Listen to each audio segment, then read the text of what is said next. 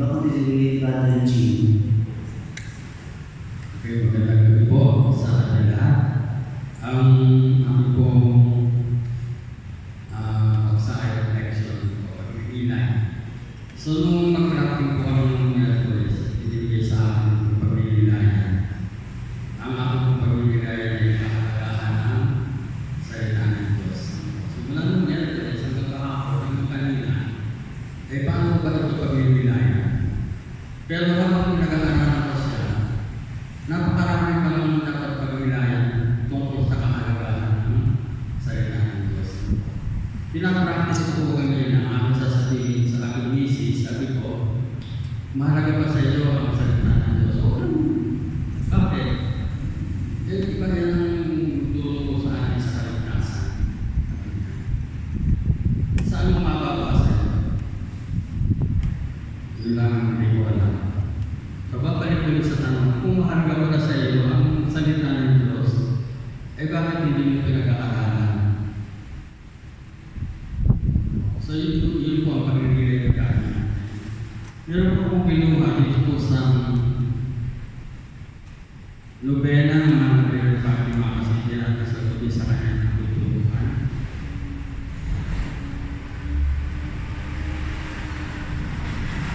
Ay po ng dasal.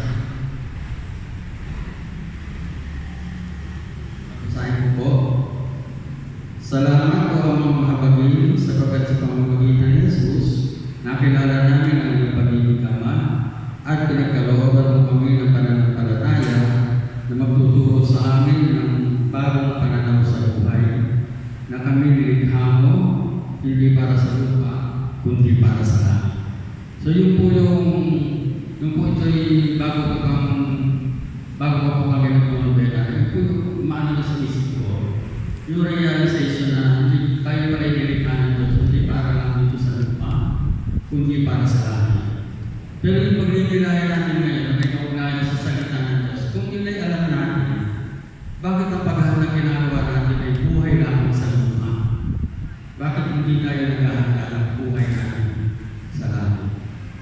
Gano'n lang po ba katagal ang itatagal natin sa lupa? Yung iba, sa taon na namatay na, iba 20, iba 30, iba 50. Si Kuya Eric, nung nag-share na po dito, meron na daw sa pinuha. Musuleyo ba yun? Hindi ba siya? Kasi namatay mga kapatid niya, pagkaita lang hindi, kasi may ang 40, So, ibig sabihin, may bilang yung bahagi ng buhay natin sa lupa. Bakit yun ang pinagahan? Yun lang ang pinaghandaan natin. Sabi po dito sa ikalawang sulat ni San Pablo kay Timoteo, sabi po dito, mula pa sa pagkabata, alam mo na ang banal na kasulatan na may kapangyarihan magbigay sa iyo ng karunungan tungo sa kaligtasan sa pamamagitan ng pananampalataya kay Kristo. Sabi po ng misis ko kanina, alisin mo na yung simula pagkabata. Sabi ko, hindi pwedeng alisin kasi yun ay galing sa Biblia. Eh, hindi naman tayo ganun sabi niya. Hindi naman sa pagkabata, alam na natin na gano'n lang sa lahat. So, yun po yung sinasabi ko. Tayo hinihanda lamang sa buhay dito sa lupa, pero yung buhay sa langit, hindi tayo hinihanda. Kasi kung alam natin, ang mahalaga, Biblia, para makarating sa langit, hindi natin pinag-aralan simula pagkabata. Ngayon po, yung isang bata ay merong gabing 4, tatlong taon bago mag-college. Meron pa isang taon bago mag-game. So, 4. Yung college, pag-4 sa Bibalo. Ano po? Nung game na siya, nung kinder, naging 2 libro niya. Pero wala nang isang libro sa Biblia sa akin. Kung simula ng K ay tinuro na rin siya magbasa ng Biblia. Pagkagraduate niya ng college, alam na niya ang laman ng buong Biblia. Hindi na tayo pagyayabangan ng mga word again, hindi tayo. Totoo naman, hindi naman natin talaga mapisahan ng Biblia. Kasi yun lang natin ito pinag-aaralan. lalim po ng salita ng Diyos. Napakalalim. So, sabi nga kanina kay Jesse, may sacred scripture, Biblia, and sacred tradition. Sorry po sa aking observation. Tayo mga Katoliko, kasi naranasan ko tayo mga Katoliko sagana sa tradisyon. Ano po? Sa amin, sa Bulacan, namulat po ako na nagpipinitay sa kami kapapala. Yung sinusugatan ng likod at kapturan ng bababa. Hindi ko po ginawa yun kasi matatakot po ako. Ayaw kong masaktan. Pero yung tatay ko, yung mga ginawa mo nila yun, hanggang sa ngayon, naniniwala ko sila ang pag ginawa nila yun, sila ay makakarating na sa langit. Ito. Sacred tradition ba yun? Pero yung po ay kultura ng mga Katoliko na napasaya sa akin. Mali pa po ako, magpapapako na sa mga taga sa akin. Kaya yung 70 years old na, ibig sabihin, hindi isang daan ako na itong ginagawa ko sa amin. So ang punto po dito, kung talagang alam natin ang kahalagahan ng salita ng Diyos, sino ba dapat magtuturo sa mga bata? Sasabihin natin, kung mga magulang, turuan yung mga anak mo, tungkol sa Biblia. Magulang na hindi marunong, paano tuturo yun? Hindi pwedeng magkakayo isang pula, magkakayo po ng kapawalan. So siguro, dapat, mas maganda. Nagtuturo din yung katekismo nga natin sa kanila kasi 30 minuto na lang ang binibigay ng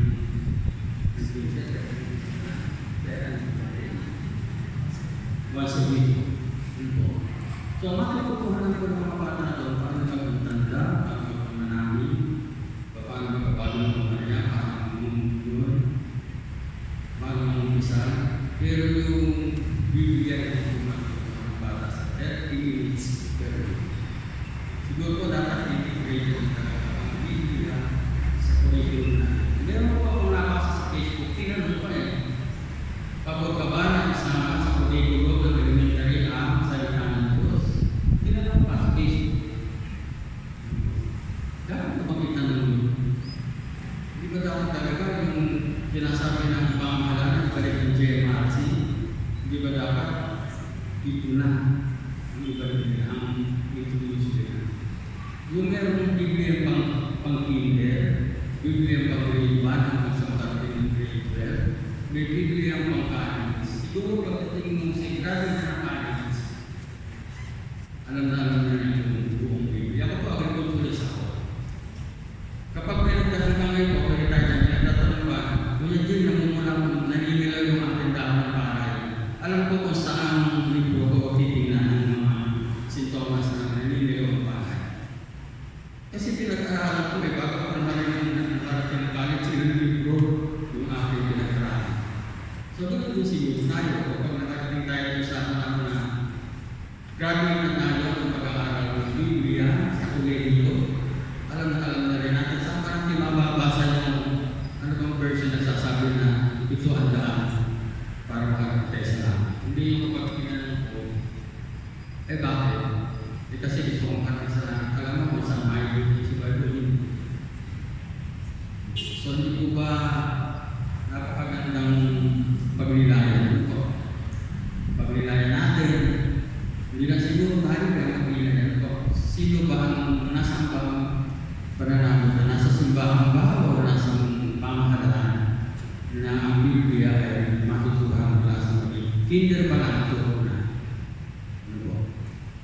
Pag ako, binigyan mo ng video tungkol sa mechanical engineer, magkaka-interest ba ako sa kanya?